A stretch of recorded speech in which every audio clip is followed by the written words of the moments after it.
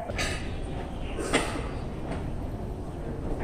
we're coming to you from RWCS 2017. For Room Now, my name is Uma Mahadevan. I'm a gastroenterologist at UCSF, and I'm going to give you a little peek at what I spoke about today. There are several issues of overlap between gastroenterology and rheumatology, and a lot of our patients have similar disease states. There are four things that were part of my update.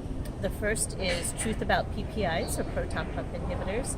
There's been a lot of press about the negative effect of PPIs. However, we know that they're very important for protecting the gastric lining of patients on NSAIDs and antiplatelet agents.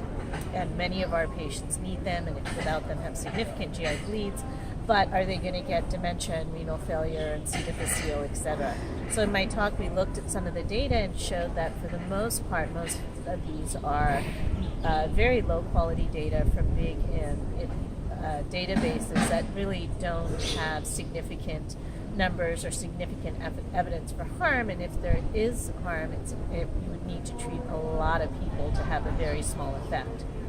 And so, as with any medications, you want to use your PPIs in the appropriate patients and not just keep them on them indefinitely. However, in the appropriate patient, you really should be using these medications.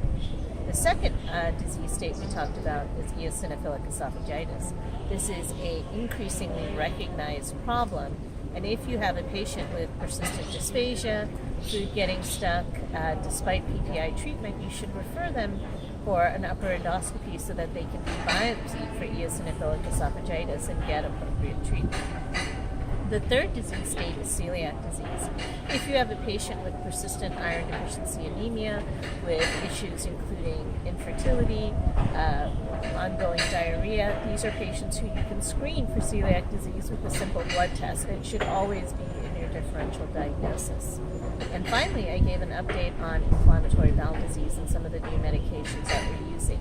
Many of these medications are familiar to rheumatologists, but we now have shown a very good effect for JAK inhibitors, including tofacitinib for ulcerative colitis, and other JAKs such as filgotinib for Crohn's disease. And these will likely be in our armamentarium very soon, and we're certainly using tofacitinib off-label.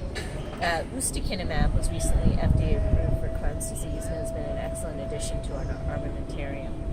And with that, I thank you for your attention and hope to see you next year.